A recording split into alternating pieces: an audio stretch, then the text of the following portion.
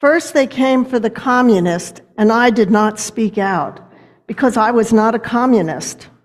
Then they came for the socialist, and I did not speak out because I was not a socialist. Then they came for the trade unionist, and I did not speak out because I was not a trade unionist.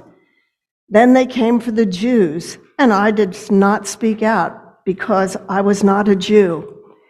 And then they came for me, and there was no one left to speak out for me.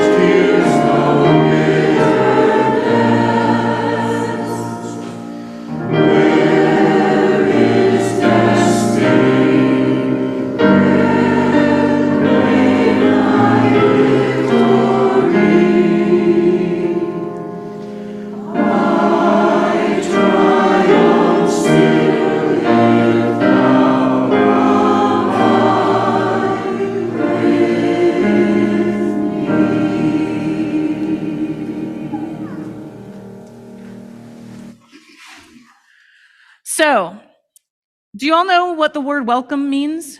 Right? This is pretty, right? And this is everyone in the room. So we know what it feels like to be welcomed, right? It's nice when we're welcome somewhere, right?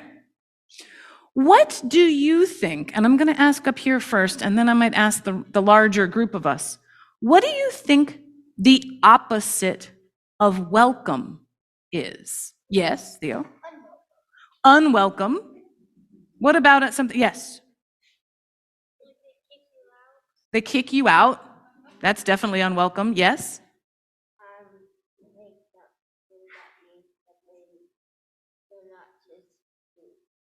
They're not being kind, right? Sometimes actively being unkind, right? That's not very welcoming, right? So what do you feel like? So actually, out here, what's the opposite of welcome that doesn't involve the ones we've already heard? Anyone have an idea? A single word? Rejection? Indifference? Shunning? Yep. So being told that you're allowed, but only if you change who you are.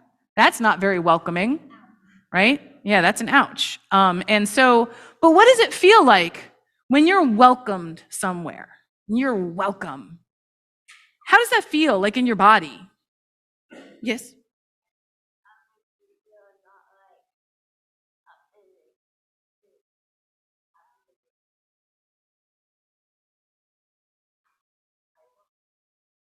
You feel like you're having a great time? Does it feel like warm?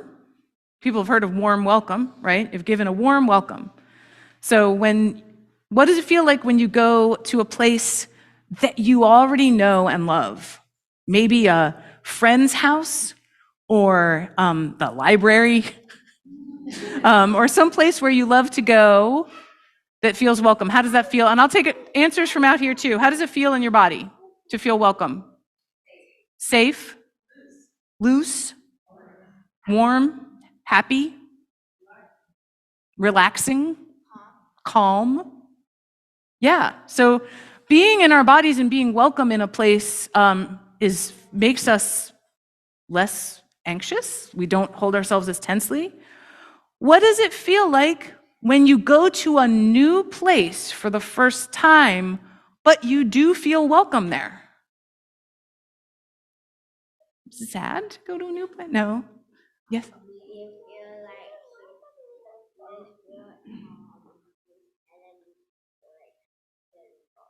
You feel calm and welcome. So even if you're not sure, maybe you're a little nervous about going to a new place for the first time, but if you're welcomed, maybe you feel calmer and safer there. Maybe safer? Anyone? What does it feel like when you are welcomed to a new place that maybe you were nervous about going to? Relieved? Energizing? Happy? Appreciated? Awesome, right? So,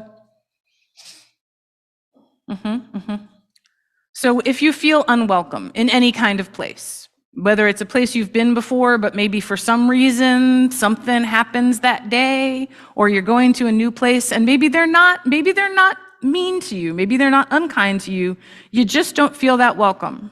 How does that feel?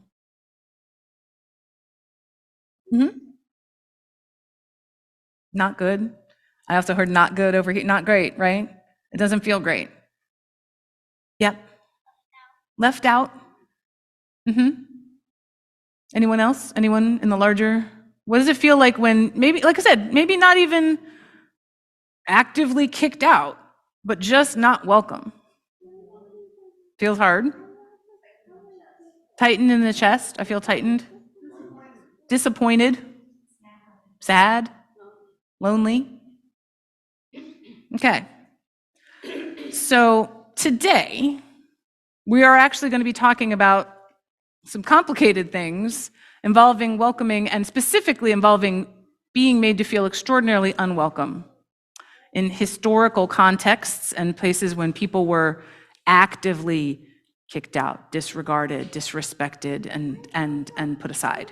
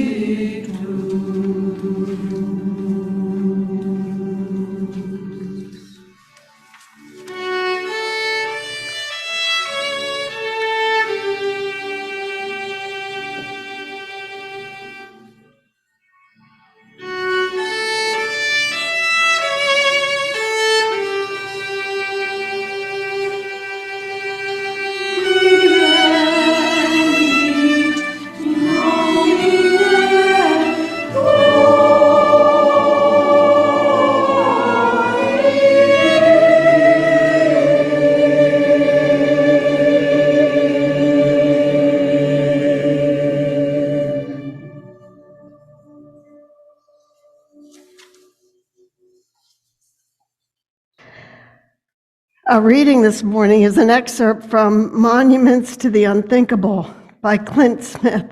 Excuse me.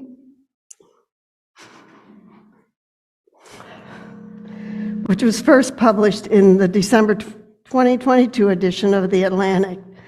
I tried to do the math in my head as my feet followed the chronology beneath them. But there were 186 steel plates, and as the numbers reflecting each day's human cargo rose and fell, ranging from a few dozen to a few hundred to more than 1,000, it became impossible. The platform stretched off into the distance in both directions. I craned my neck over the edge and looked down at the train tracks, their weathered steel stained with spots of brown rust. To the right, the tracks were visible until the rail line curved and disappeared into the forest. To the left, the tracks were partially buried beneath a cluster of trees whose thin trunks arched upward into an orange and yellow canopy. The trees' presence was intentional. The trunks growing between the tracks were there to say, no more trains will ever pass here.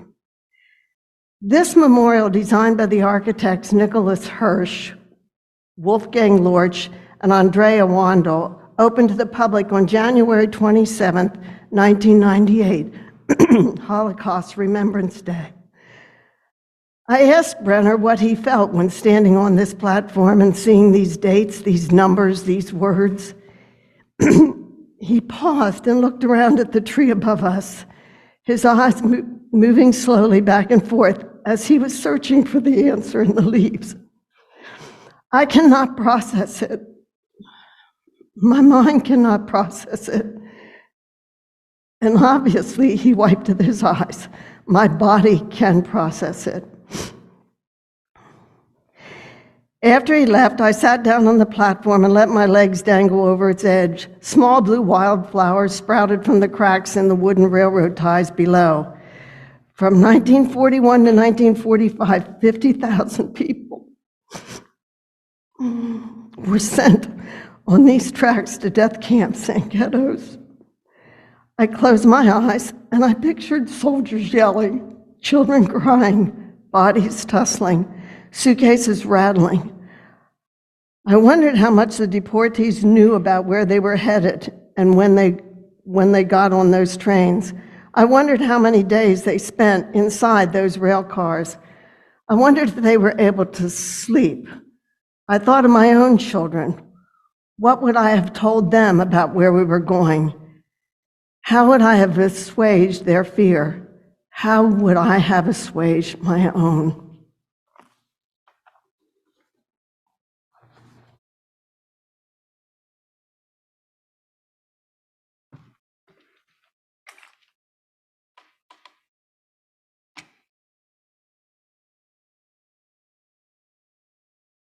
Never forget.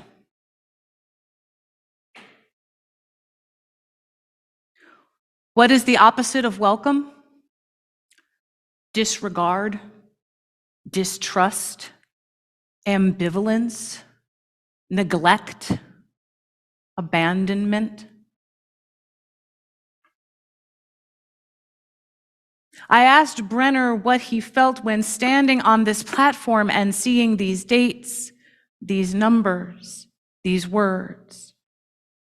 He paused and looked around at the trees above us, his eyes moving slowly back and forth as if he were searching for the answer in the leaves. I cannot process it. My mind cannot process it. And obviously, he wiped at his eyes. My body can process it.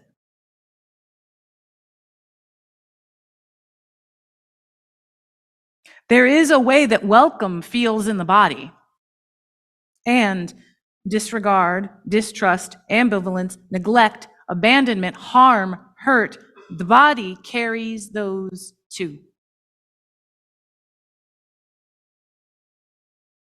We are asked not to forget the Holocaust, where millions of Jews were murdered and untold numbers of Roma people, Stili people, LGBTQIA plus people that someone decided were simply so unwelcome, that Nazis decided were so unwelcome they needed to be killed. Whatever the opposite of welcome is, the terror and uncertainty was certainly felt in the body of those removed from their homes and sent on those trains to those camps. Whatever the opposite of welcome is, it is still felt today in those who had family members die during this horrible and malignant time in history. Whatever the opposite of welcome is, it changes the body. We now know about some of the effects of generational trauma. We know that our bodies carry the messages that hate carves into them for long past the moment of injury.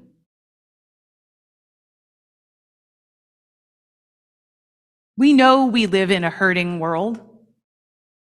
We know that we are faced every day with images of hate writ large. We know that when we are hurt, we may become defensive. We know that when we hurt, it becomes easier to lash out. We know that it is our responsibility to understand our own reactions. We know that it is our gift and our liberation to work for our own healing and the healing of all. If we are to heal, if we are collectively to learn about the deep harm of the past and heal ourselves collectively for the future, we must name these hurts, these times of defensiveness. We must never forget. As I and the rest of the world have watched and read and listened and scrolled, we have borne witness to the cycles of generational trauma still causing harm in our world.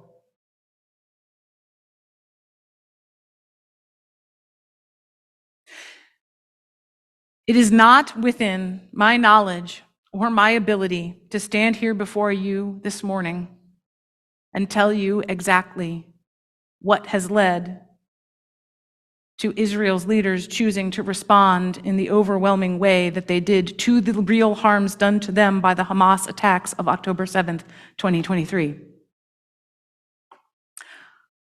I have wrestled with this personally.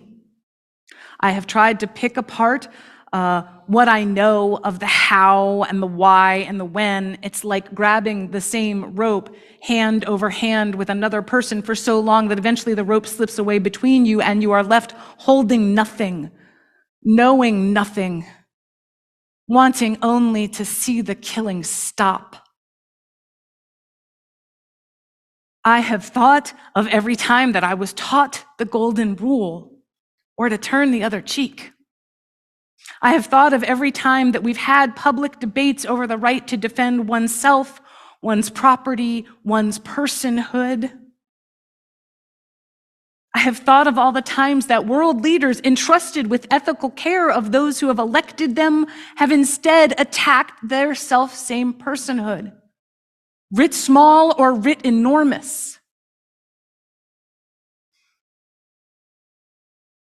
I keep trying to know in my heart and my head what is right, and finding my hands empty, the thread lost, the despair growing within my chest.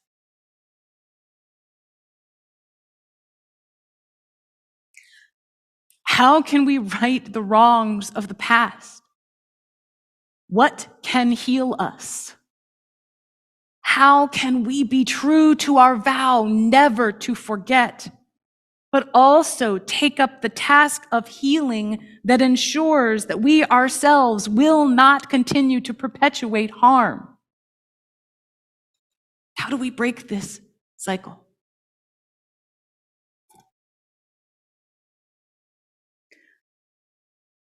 The platform stretched off into the distance in both directions. I craned my neck over the edge and looked down at the train tracks, their weathered steel stained with spots of brown rust. To the right, the tracks were visible under the rail until the rail line curved and disappeared into the forest. To the left, the tracks were partially buried beneath a cluster of trees whose thin trunks arched upward into an orange and yellow canopy. The trees' presence was intentional. The trunks growing between the tracks were there to say, no more trains will ever pass here.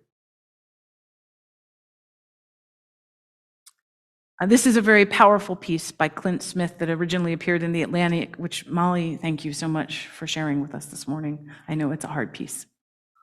That arose out of Smith's own work for his own book, How the Word is Passed, which is about how America deals and does not deal with the legacy of slavery upon which the nation was founded. Smith has related that he kept using Germany as an example of a nation that did a better job of reckoning with the evils of its past, but he hadn't traveled there himself, and so he went there to investigate, and that long piece that was published in December of 2022 turned out not to be enough. He is working on a full book-length project out of that work. Because what Smith discovered is that there are many ways that Germany has indeed faced its history, and that those ways, in many instances by many people, are perceived as feeling frozen. A monument and its meaning to us shifts over time. When talking to the same person that Smith mentioned in the reading, Frederick Brenner, a photographer who has devoted 40 years to documenting the Jewish diaspora, he warned Smith not to visit Auschwitz because people there don't give it the respect it deserves, because there's tourists taking selfies and videos to share on social media without contextualizing the full terror and inhumanity of what occurred there. That growing tree monument, however, the one that blocks the train tracks that once transported humans to their deaths, to their murders, to be clear, that monument is meant to grow. A growing thing can shift and heal over time. A scar in the bark of a tree may eventually close and change and heal. It won't disappear entirely, but recovery is possible. Every scar is a testimony to healing. When we challenge ourselves to take a long, hard look at our scars, we must ask ourselves which ones have healed and which ones still hide infection, harm. What haven't we treated? What haven't we named? We must never forget the Holocaust, because other evils done around it, done before it, done after it, done in its name, do not erase the original evil. But we must also call ourselves to consider the challenge to counter our own disregard, distrust, ambivalence, neglect, and abandonment. We must do what we can not to ignore the evil that we see, but to name it, to sense it both externally and within ourselves. I know that there are times that I look away, and I think of Pastor Martin Niemöller's words from in my own context. Who are the people that have been come for while I allowed myself to look away because I was not one of them? I am not Jewish. I am not Palestinian. I am not Muslim. It is hard. I know. We can take a breath and a pause. We can picture those growing trees, which over time, they won't merely block the railroad tracks, they will uproot them entirely. The long work of growth, of root building and branch spreading will pull up the ties and the tracks and twist them until they are unrecognizable, shaping them into sculpture, forming art from the pain and the sorrow. Just because we cannot forget the evils of the past does not mean we cannot work to transform them into dreams of a better future. Indeed, this is one of the deepest calls of being human. Our Unitarian Universalist values call us to the work of transformation, and we cannot transform what we do not know. We cannot heal the hurt we do not recognize. We cannot bind the wound we do not see.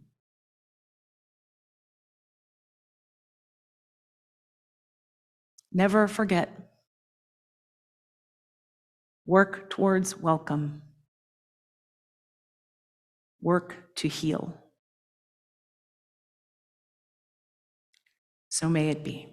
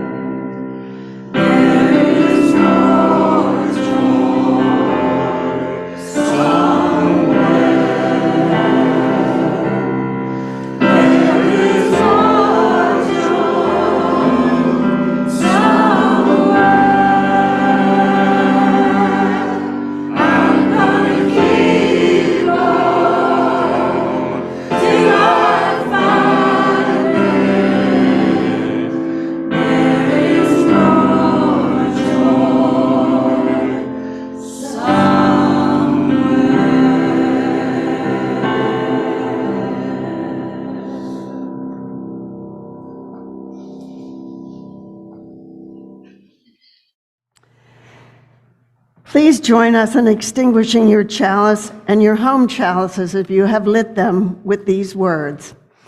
We extinguish this flame, but not the light of truth, the warmth of community, or the fire of commitment. These we carry in our hearts until we are together again. There is more love somewhere. There is more joy. There is more peace. Look for it in your heart imagine it in the world, and work to see that be true. So may it be.